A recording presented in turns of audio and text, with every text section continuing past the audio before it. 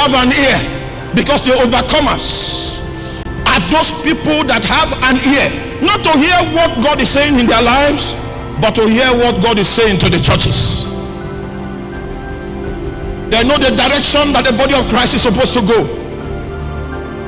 They know the direction that God is going in their time. I'm not talking about people that are convenient because they are prospering, they are making money, so they say, okay, I'm okay. No, there were people like David that cried out and said, he's living in a paneled house and the ark of God dwells in a tent. Your denomination might be prospering, but is the work of God in your territory prospering? People's eyes have been closed to the things of the kingdom in the territory.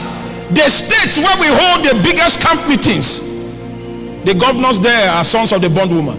So our gatherings of millions never shifted anything in the spirit realm.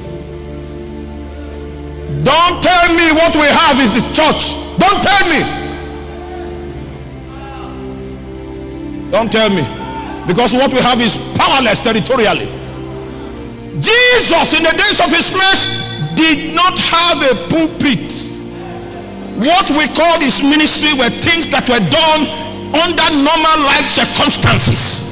He finds someone going for a burial and they are singing songs of mourning, and he just comes and touches the coffin and says to the dead, arise.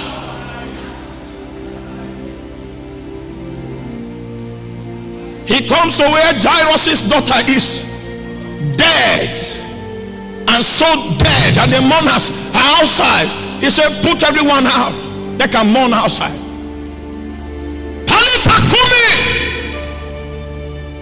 rise. He spoils burials, cleanses lepers in the marketplaces, teaches people on the rocks. There was no auditorium.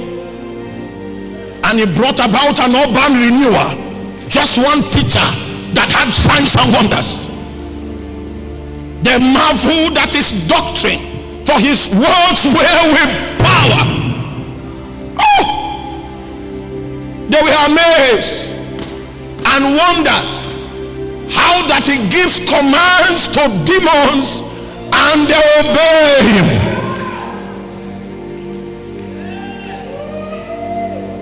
What happened to the Christianity of Nigeria?